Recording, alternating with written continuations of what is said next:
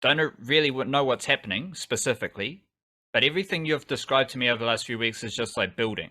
Everything's building for the Flying Kiwis. Like squads are being built, players are being built. Like players are, as you said on the variety show and recent podcasts, it's preseason for some of these teams and players. So they are building their careers.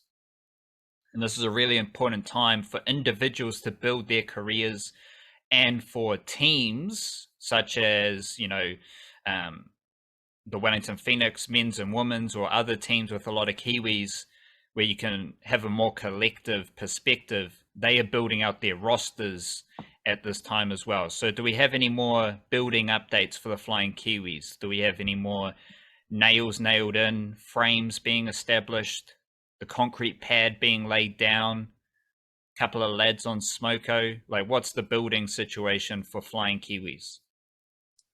Well, even just this morning, we had two more pretty enticing transfers where Vic Esson has signed with Rangers in Scotland and Rebekah Stott signed with Brighton in England. Esson first, because this is like, I'm trying to think of, like, Chris Killen played for Celtic back in the day. It's not like there hasn't been a Kiwi presence in Scottish football before, but right now it's a little bit like, so the three, in the women's side of things, the three teams that pretty much run the show, which is pretty competitive because there's only two teams that can make Champions League qualifiers each year, and only one of them's going to win the title and whatever. Glasgow City's pretty much been the dominant team for the last 15 years. And Michaela Moore signed with Glasgow City for this year. Last couple years, Rangers and Celtic have come into the mix a lot more. Olivia Chance played outstandingly for Celtic last year. Vic Esson's just signed with Rangers. I haven't seen Liv Chance in any of the preseason stuff with Celtic yet, so I'm not 100% sure if she's gone back there or not. I don't know what her contract length was, like if it was a multi-year contract, just a 1-year deal or whatever. And like I say, she had a really good year there. Lots of goals, lots of assists, playing from central midfield as well, so really impacting things. If she wanted to try scoop a move to like the WSL or something like that, which she has played before in the past, she'd probably have a fair bit of leverage in that way, but also good position at Celtic. So like that, she's got options and she's got good options. But if she does go back to Celtic, then you will have the three best teams in the Scottish Women's Premier League, each with a New Zealander on their roster, which makes it hard for trying to pick allegiances and whatever. And let's not forget as well that Katie Root has signed with Hearts, who are not going to be in a title race, but they're a mid-table team in that division as well. They made the semi-finals of the Scottish Cup last season, lost in extra time to Liv Chance's Celtic. And we've also got Alex Grieve, of course, on the men's side of things, playing for St Mirren and doing pretty well there. So all of a sudden, Scotland is another little hub of Flying Kiwi stuff. But then also this Rebekah Stott news is even bigger because, of course, Rebekah Stott played for Brighton 2 years ago. She signed with them, was there for about half a year, didn't play a lot, only played about 4 games or something like that. And the reason was she got sick and she left halfway through the season because she had her cancer diagnosis, moved back to Melbourne where she lives normally, went through all the treatment, came back, played for Melbourne City, has been playing a bit of NPL more recently, which I assumed meant that she was probably going to have another year with Melbourne City and then maybe try test the waters of overseas and, finish some unfinished business and whatever.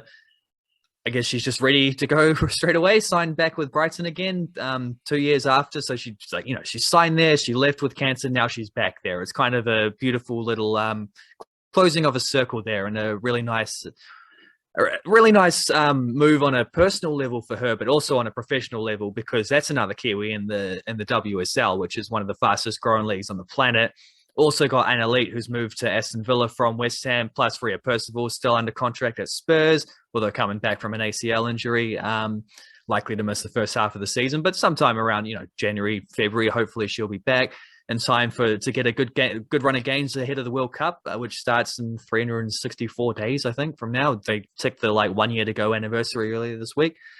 And who's the other one? CJ Bott at Leicester City, who signed there for the second half of last season, was injured for a lot of it, so only played a couple games, but is under contract. And I think they're left back, well, one of their fullbacks anyway, they had 2 fullbacks who were starting the majority of games for Leicester, one of them's left, and I think signed with I think she might have even signed with Manchester United. So there's there's an open spot there for a fullback for CJ Watt. No doubt she was probably signed with that intention of like, let's give you half a season, get in the mix. We might be losing one of our key players here, and you're the person we want to take that role moving forward.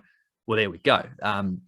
So the WSL has got a little bit of a hub thing going on, and there were rumors of Claudia Bunge moving to either Brighton or Manchester United. I wonder if Brighton signing Rebekah Stott means that they've already now signed the centre back that they wanted, and they might not want to be signing two. And more the merrier if that does happen. But Manchester United don't have any Kiwis, so there's still an opportunity there. Who knows? A lot of these, there's still like a month or so to go before. In fact, longer than that. It might even be 2 months before the WSL starts. It's a bit later than usual. It hasn't had to be moved forward like the Premier League because obviously not affected by the Men's World Cup in November. But yeah, 4 Kiwis in the WSL. Potential of more to follow. There's not like, Claudia Bunge is the obvious one, but who knows? Some of these things just happen out of the blue sometime.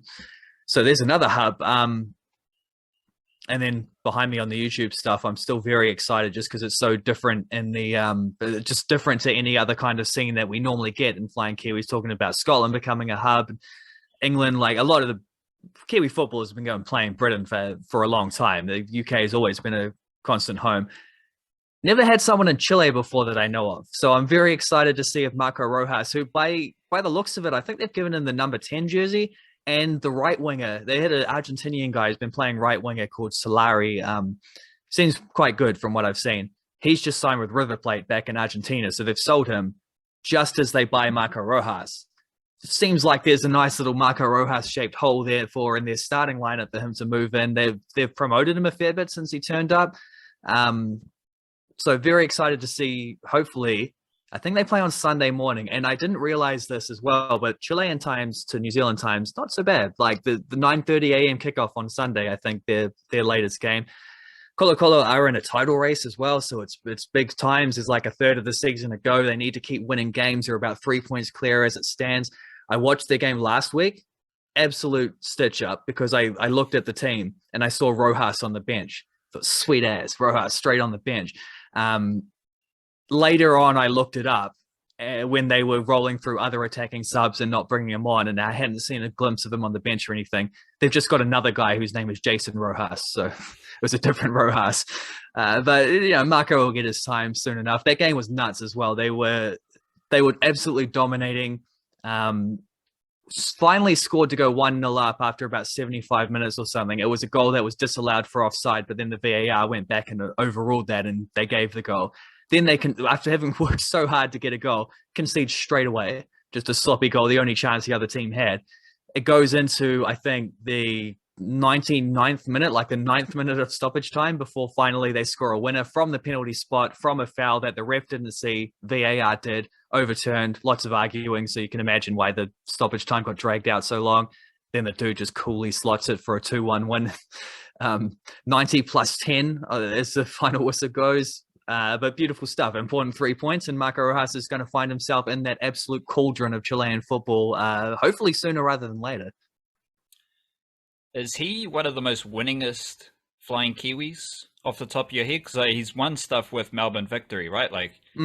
So if he wins a Chilean Prem with Colo Colo, that would give him, I don't know how many victories he had with the Victory, or championships. At least one. Yeah, so if he goes 1 in Australia and 1 in Chile, that's 2 Prems right there. I don't know.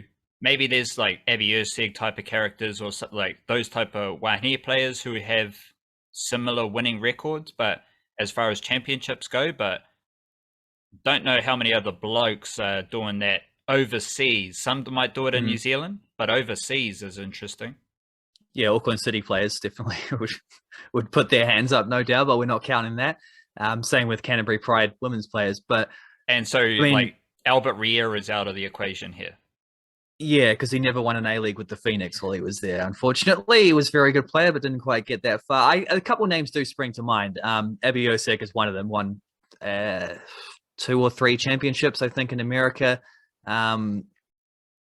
definitely in the A League, Rebekah Stott won a few with Melbourne City, and Costa Barbarouses has won about four, and he's won with three different clubs as well. Because he won with Brisbane early on when he first left the Phoenix, then he won with Melbourne City, and then Melbourne Victory. I can't remember if he won two with them or if he won two with Sydney, but he definitely won at least two more at some point as well. So he's maybe he'll add a fourth with the Phoenix, four different clubs, But that's all in won titles Australia, with. right? That would be that's what, sorry? That's all A League championships. Yeah, that's all A League stuff.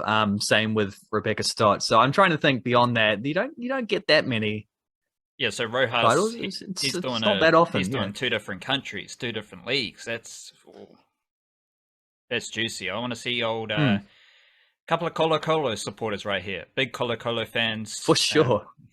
We Colo have Colo some Senos, I think they called them, something like that.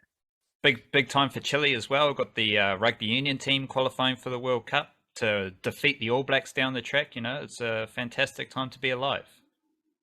Hopefully the women's team come to the World Cup next year as well. We'll find out that in a week or two. Women's hockey team, they won their first World Cup game Yeah. a few weeks ago. Marco Rojas is just sort of riding the wave there. There we go.